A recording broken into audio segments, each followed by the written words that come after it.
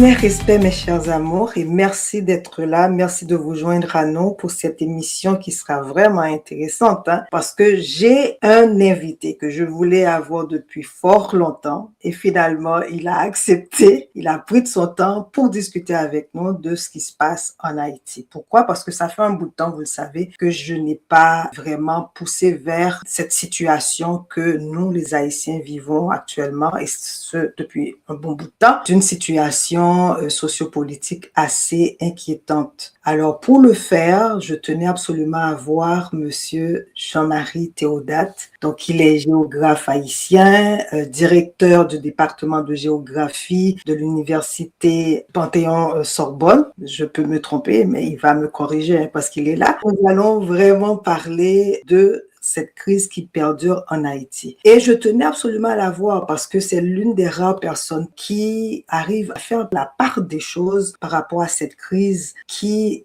n'arrive pas à être réglée par les Haïtiens eux-mêmes et qui est malheureusement maintenue par des soi-disant amis d'Haïti. Alors, sans plus tarder, je vous présente notre invité qui est bel et bien là avec nous. Monsieur Théodate, comment allez-vous? Ça va très bien, merci et mille merci surtout de l'invitation à l'émission. Alors merci encore. Comme je l'ai dit, nous allons parler d'Haïti, mais comme j'ai un public qui est très diversifié et je me rends compte que c'est pas tous les Haïtiens non plus qui comprennent cette crise-là. Pour commencer, je vais vous demander comment décririez-vous la situation sociopolitique actuelle en Haïti à quelqu'un qui ne la connaît pas, qui ne la comprend pas du tout, qui ne saisit pas les b.a.-ba de cette crise?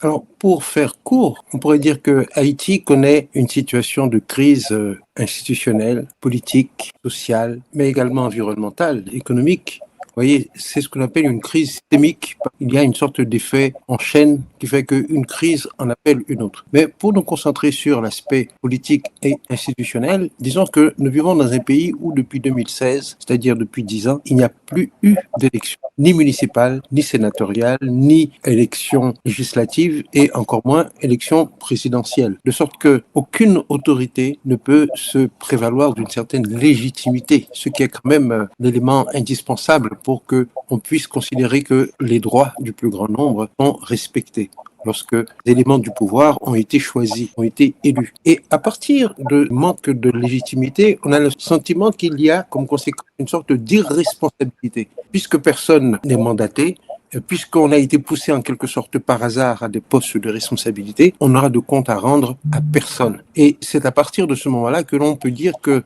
dans l'absence de sentiment de responsabilité collective, nous assistons à ce que l'on appelle en Haïti un nager poussoti, ce qui en français se dit chacun pour soi, et cela se traduit par une absence de mesures capables de répondre au quotidien aux besoins de la population, parce que c'est de cela qu'il s'agit. En créole, on dit aussi que nous sommes une sorte de pitimi sangado. Un pitimi sangado est condamné à griller au soleil. Et c'est exactement ce qui se passe, puisque aucun des dirigeants n'est légitime, puisqu'ils ne se sont responsables de rien vis-à-vis de personne. Et les premières victimes, ce sont les populations, c'est-à-dire en termes de sécurité, en termes d'école, en termes de soins de santé, en termes d'infrastructures.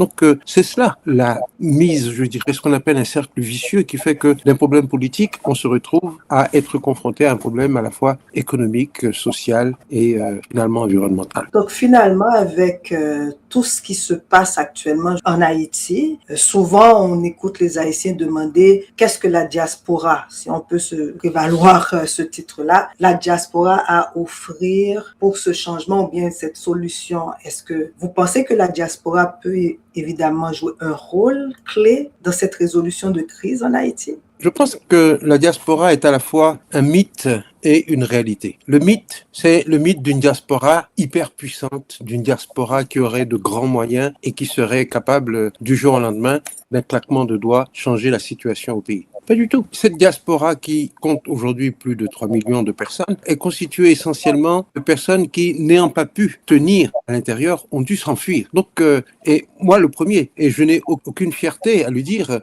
m'échappe et pour le moins, je fais partie de ceux qui, n'étant pas capables de subir la pression à la fois politique, économique et sécuritaire, avons fait le choix d'aller vivre ailleurs. Donc, si quelqu'un maintenant compte sur moi pour venir changer la situation, ou si je me prévalais de vouloir ou de pouvoir changer la situation en Haïti, on pourrait toujours me dire, mais qu'est-ce que vous avez fait pendant toutes ces années où vous n'étiez pas là? Or, je suis allé me cacher. Donc, je ne pense pas qu'il faut s'appuyer sur la diaspora en ce sens-là. Par ailleurs, ce n'est pas pour stigmatiser, c'est juste pour mettre le doigt sur une réalité. Nous sommes à l'extérieur, nous avons chappé notre poule. Concrètement, c'est de cela qu'il s'agit. Par ailleurs, cette diaspora, elle a une sorte de soupape de sécurité sur le plan budgétaire, puisqu'elle contribue pour plus de 40% du budget de la nation. C'est-à-dire avec près de 4 milliards de dollars par an qui sont transférés au pays par les familles. Donc, ce n'est pas au poids des transferts dans l'économie qu'il faut mesurer l'importance de cette diaspora, c'est plutôt à son poids dans ces pays d'accueil. C'est-à-dire, que vaut la diaspora haïtienne aux États-Unis? Comparé, par exemple, à la diaspora indienne, à la diaspora chinoise ou à la diaspora mexicaine, on va dire peanuts, c'est-à-dire pas grand-chose au final. Et combien y a-t-il de milliardaires haïtiens installés aux États-Unis, au Canada ou en France, capables, dans le cadre de négociations, de s'imposer d'abord pour parler et après de dire, voilà, nous mettons tant sur la table pour que ce soit dans tel sens qu'aille la discussion. C'est de cela qu'il s'agit. La réelle politique n'a pas de surprise à nous offrir. Les gens qui pèsent véritablement, en particulier aujourd'hui, que nous sommes à l'ère de la puissance nue,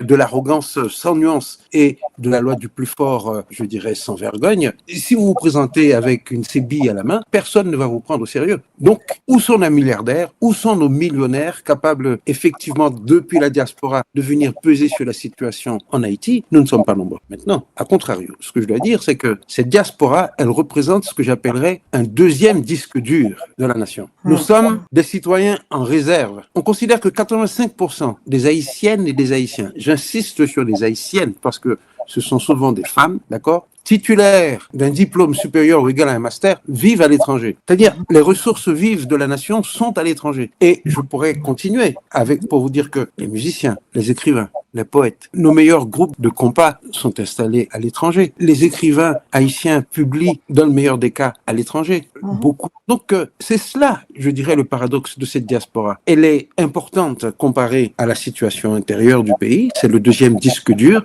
Mais dans les pays où cette diaspora est installée, elle ne représente pas grand-chose sur le plan économique, sur le plan financier, sauf sur le plan culturel, parce que par notre musique, par notre littérature et bien entendu par notre peinture, nous sommes respectés dans le monde.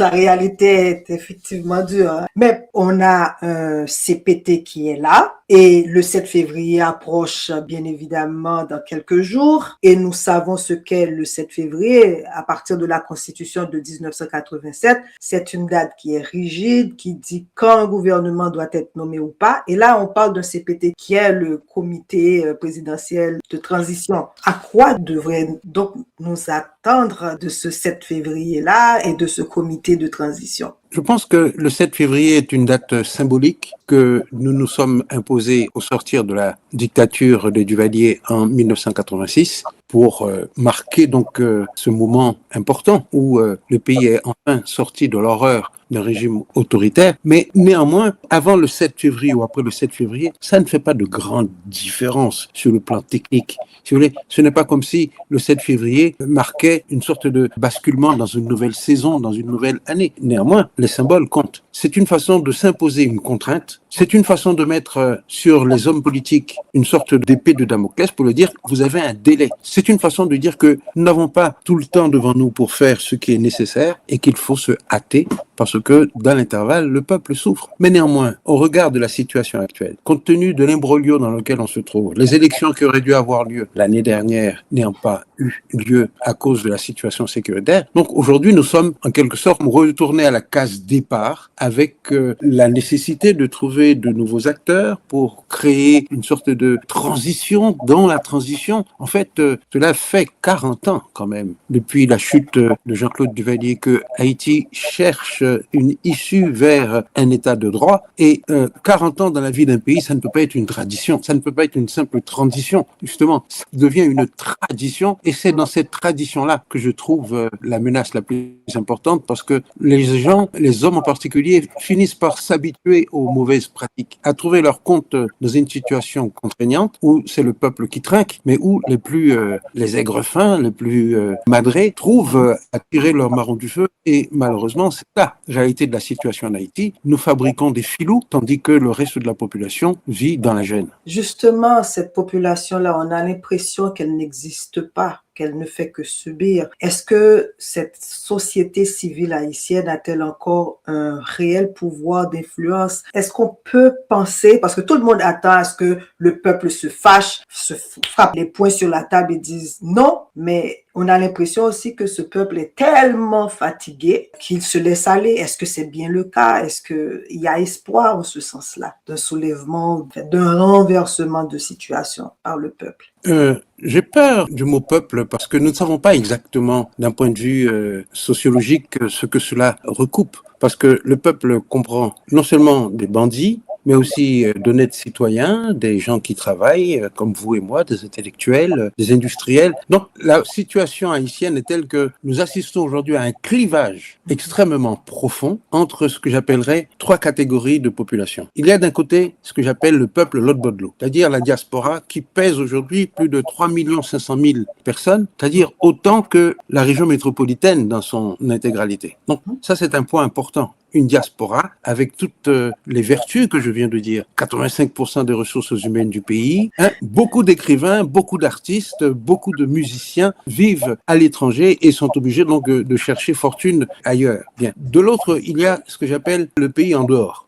Ce pays en dehors, c'est un petit peu moins de la moitié de la population aujourd'hui. On considère que plus de 52% de la population vit en ville. Le pays en dehors, c'est non seulement ces gens qui habitent à la campagne, dans le rural profond, et qui n'ont accès à aucun service, ou alors des services tellement indigents qu'on a l'impression qu'ils ont été oubliés depuis 1804.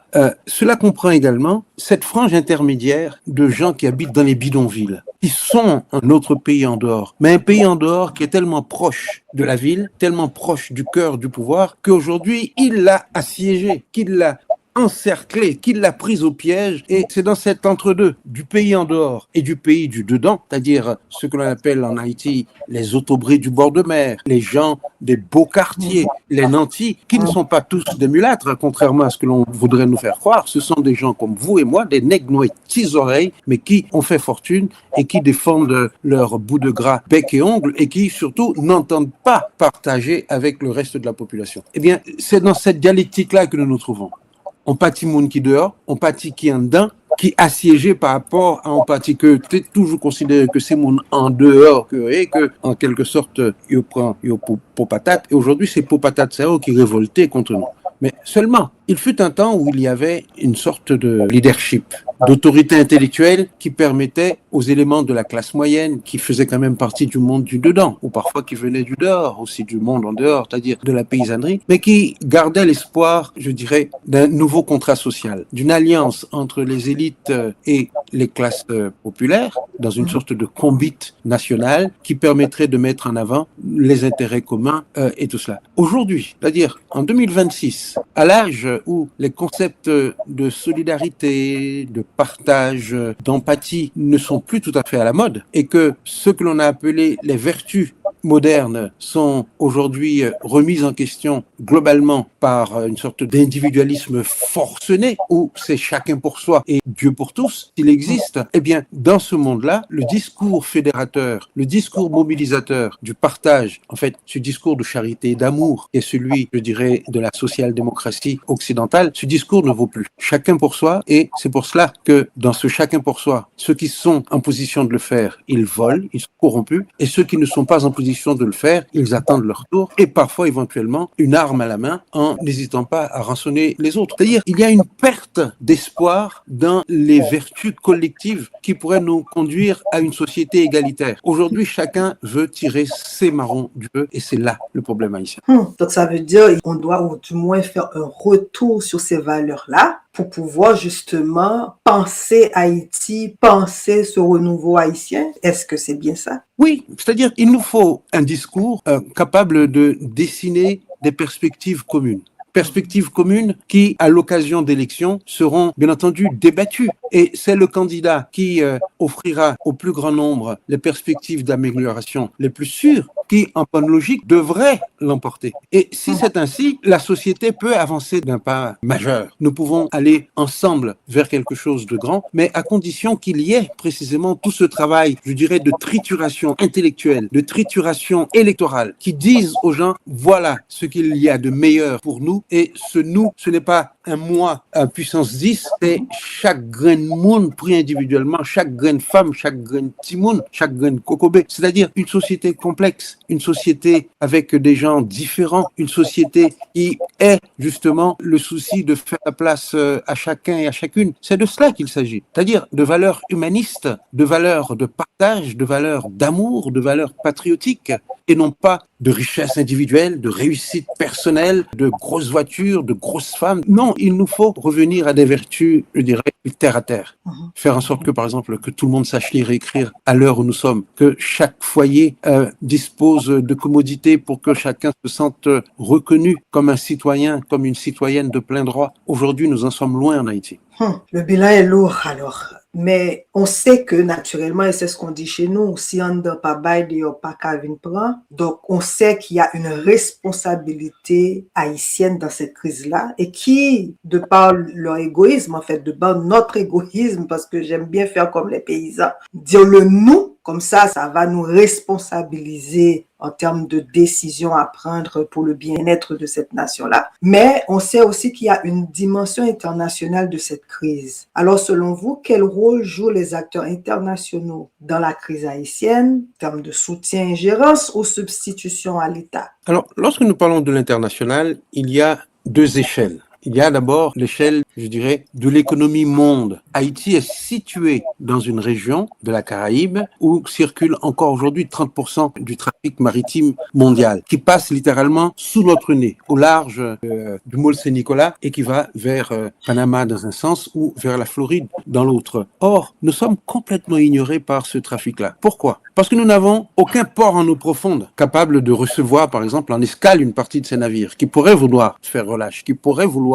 se réparer en cas d'intempérie. Nous n'avons aucun aéroport digne de ce nom permettant d'aller d'un pays à l'autre. Tout ça, ce sont des connexions que Haïti n'a pas. En d'autres termes, nous sommes un angle mort sur le plan du commerce international dans cette partie du monde qui est pourtant extrêmement stratégique sur les routes entre les deux océans, entre l'Atlantique et le Pacifique de part et d'autre. Donc, il faut reconnaître que nous n'avons pas collectivement et dans la longue durée assez exploité cette situation d'avant-garde, de première loge qui est la nôtre pour valoriser notre économie et notre production nationale. Donc, il faut remettre Haïti à sa place pour dire que nous ne sommes pas le centre du monde, nous ne sommes pas le centre de la Caraïbe, malgré une situation qui aurait pu être valorisée. Maintenant, compte tenu de la situation politique interne très dégradée, compte tenu de l'absence de légitimité des autorités et compte tenu de la complicité, et c'est de ça que vous voulez parler, de certains éléments de la population, recrutés aussi bien dans les élites, dans la classe moyenne que dans les catégories populaires, pour mettre en place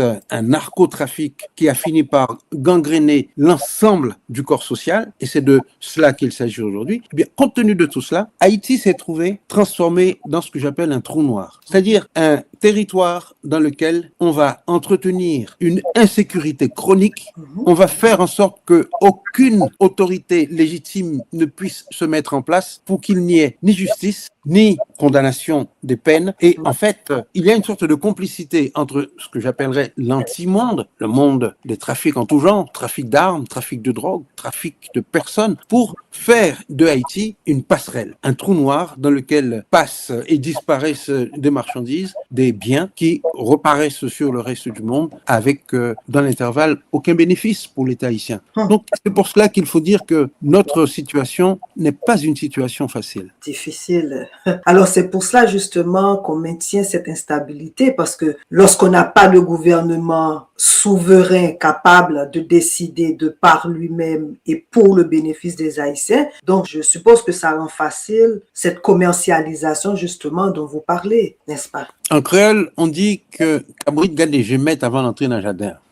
Les dealers de drogue ne s'aventurent pas dans un pays où la loi condamne ce genre de pratique avec non seulement des peines extrêmement lourdes, mais surtout un système de justice qui vous mène tout droit en prison si jamais vous contrevenez à la règle. Donc, les auteurs, les bandits auteurs de ce genre de crimes ciblent des territoires considérés comme fragiles. Ce sont des pays passoires et ils ciblent également des personnalités considérées comme fragiles. Des personnalités dont ils sentent que ce sont des gens qui aiment le bling-bling, le clin délinquants, des gens qui aiment l'argent, des gens qui sont sensibles aux vanités des richesses matérielles, aux vanités de l'honneur. Donc, l'aide internationale contribue-t-elle à renforcer ou à affaiblir la souveraineté haïtienne? Dans un pays où 40% du budget de l'État est assuré par ce qu'on appelle l'aide publique au développement, il serait apparemment ingrat de dire que c'est une aide malvenue.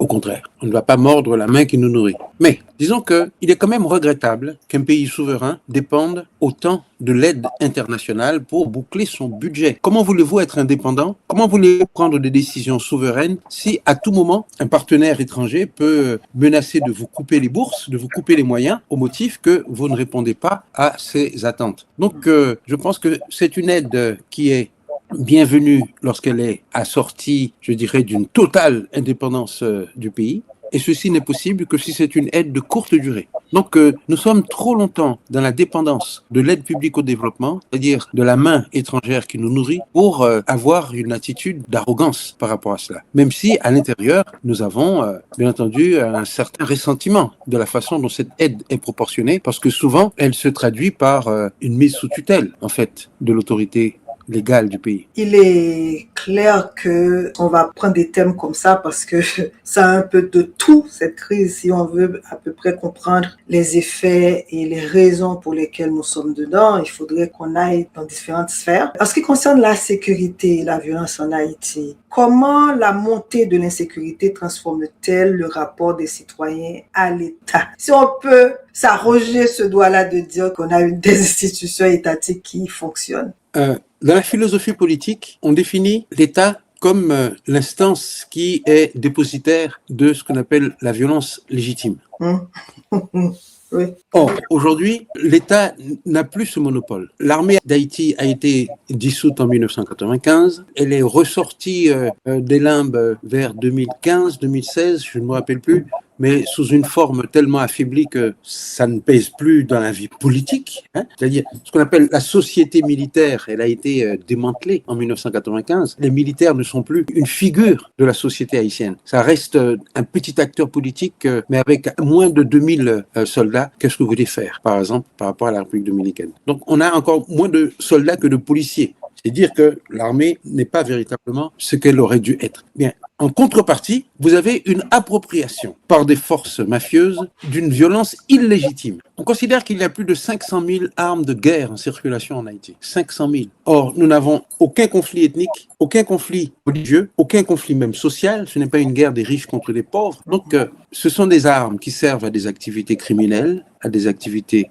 mafieuses et qui sont introduites dans le pays par des agents venus pour la plupart d'un seul pays, les États-Unis. Souvent avec une nationalité américaine, une nationalité haïtienne, voire double nationalité. Mais disons qu'il y a entre les États-Unis et Haïti un lien toxique qui se traduit par un déferlement de violence aveugle, de violence gratuite, de violence et de banditisme, ce qui n'est pas bon pour notre image. C'est-à-dire, il y a quand même quelque chose de paradoxal que dans la proximité de la première économie du monde, nous, au lieu, c'est comme mourir de soif et de faim au milieu, je dirais, d'un pays d'abondance, en fait. Être le pays le plus pauvre, juxtaposé au pays le plus riche, et ne pas en profiter, au contraire, se livrer à des activités strictement mafieuses et qui relèvent du banditisme, c'est la preuve que collectivement, nous avons échoué en Haïti.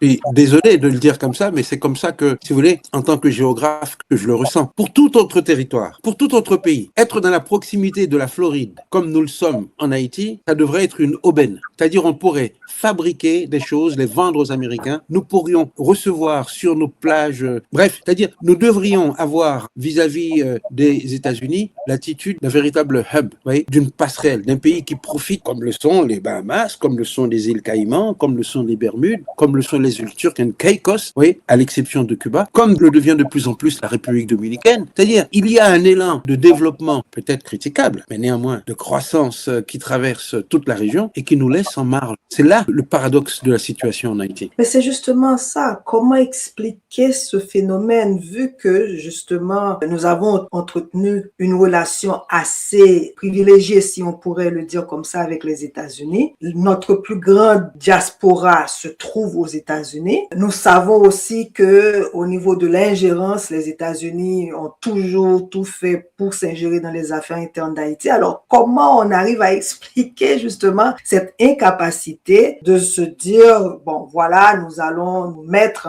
dans une posture de partenaire avec les États-Unis. Pourquoi ça n'arrive pas? Eh bien, si je reprends les termes de l'argumentation que vous avez faite, donc avec la meilleure diaspora haïtienne du monde, d'accord, nous ne pouvons pas gérer le pays. Un pays ne se gère pas de l'extérieur. Quelle que soit la qualité de la diaspora, il y a quand même, et Dieu merci qu'il en soit encore ainsi, une autonomie, une indépendance, ce qui fait que la responsabilité de la vie politique, elle est totalement sur les épaules des élites locales. Si, par exemple, la diaspora avait voix au chapitre, si elle avait possibilité de participer aux élections, non seulement comme électeur, mais comme élu, là, la responsabilité serait véritablement partagée. C'est pour ça que toute la broderie que l'on fait autour de la diaspora comme soupape de sécurité capable de venir aider le pays, c'est dodo titi tant que la diaspora n'a pas possibilité de participer aux élections. Donc oui, ça c'est un premier élément. Le deuxième élément, maintenant, pourquoi cet échec? Je pense que parce que à l'intérieur même du pays, à l'intérieur de la classe politique, on ne s'est jamais entendu pour créer une véritable démocratie. Ce que j'appelle démocratie, un état de droit.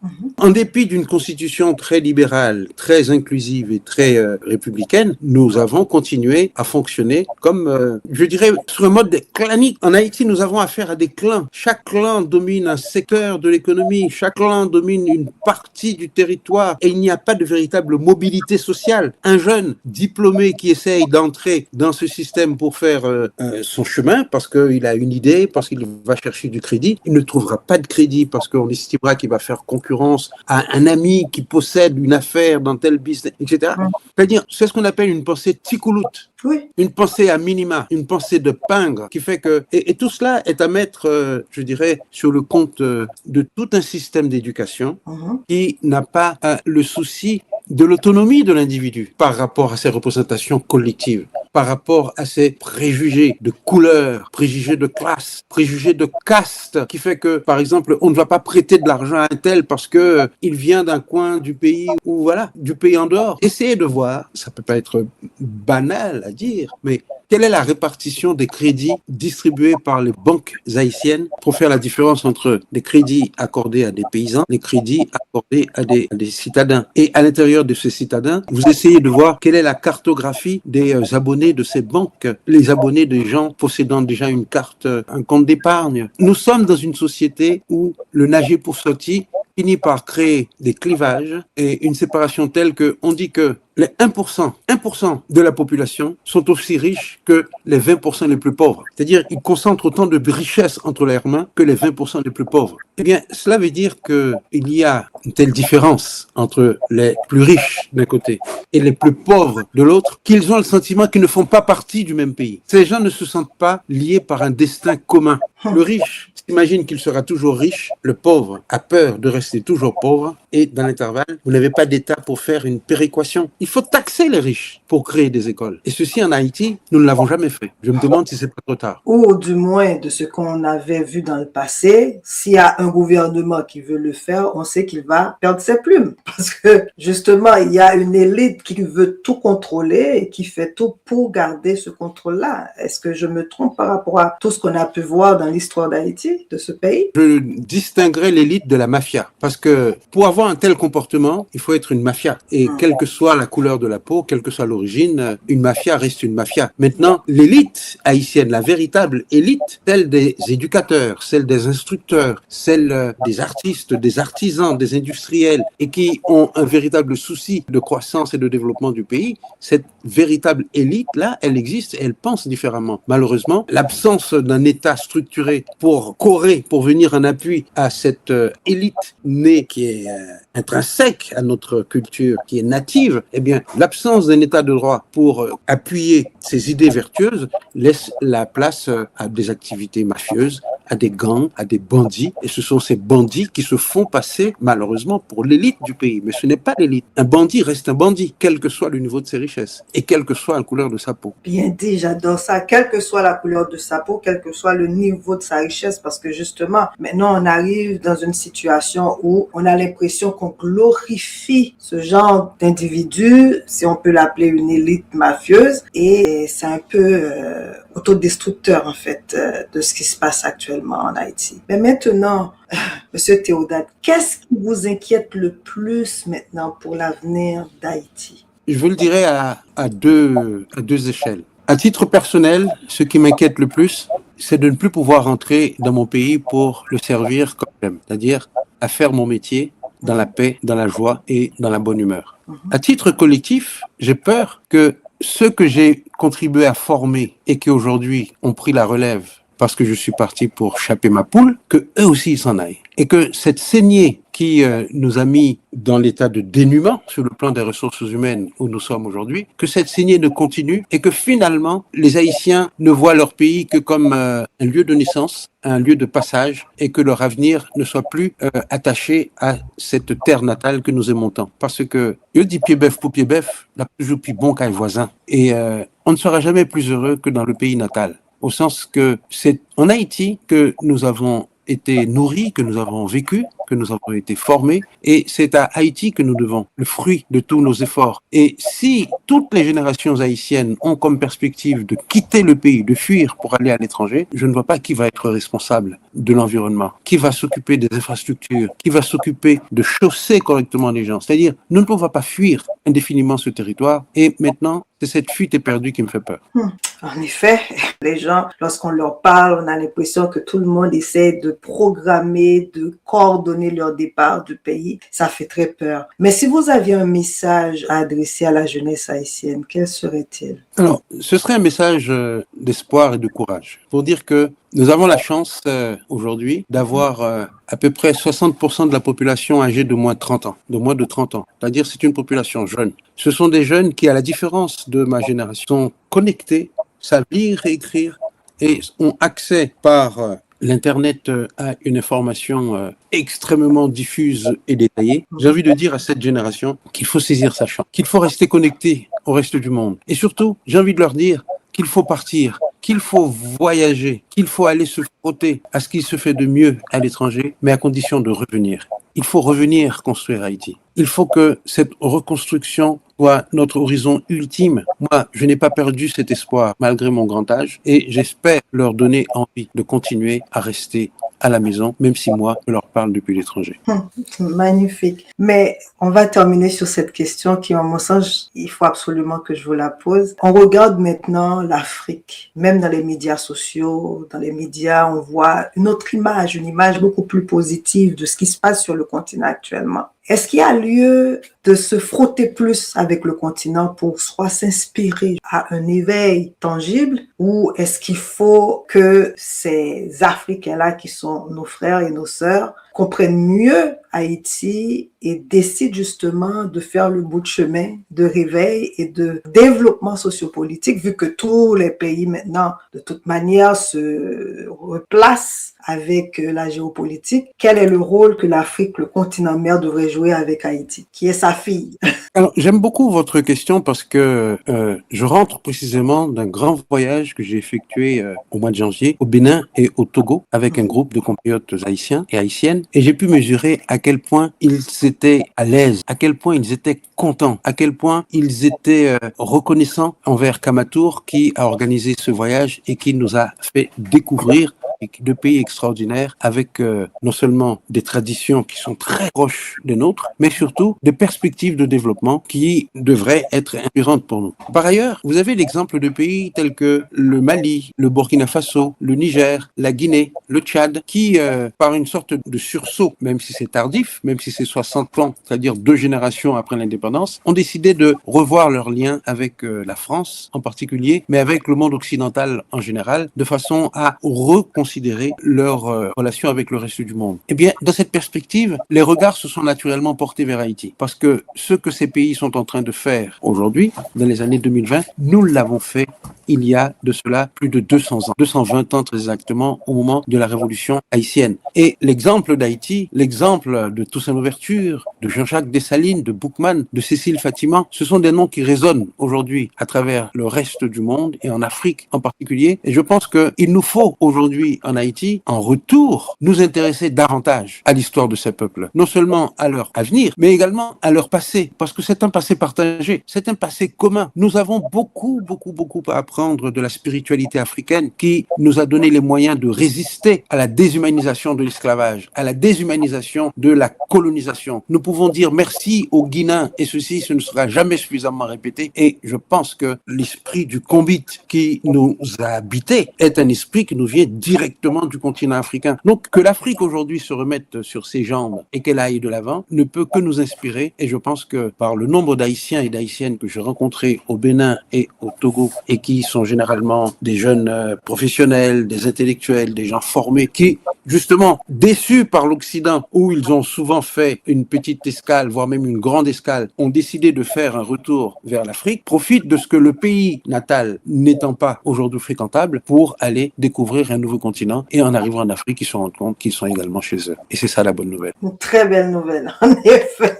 Et je suis vraiment, c'est avec vraiment le cœur un peu brisé que je mets fin à cet entretien-là parce que on a tellement à dire, on a tellement à raconter et la situation haïtienne, je ne voulais pas qu'on reste uniquement sur les crises et même s'il fallait absolument qu'on comprenne l'essentiel de cette crise qui perdure, mais mon Dieu, quelle belle conversation que nous avons eue et j'espère que ce ne sera pas la dernière fois. Quel plaisir d'échanger avec vous. Merci pour les questions. Merci beaucoup. Merci d'avoir été là et à une prochaine fois.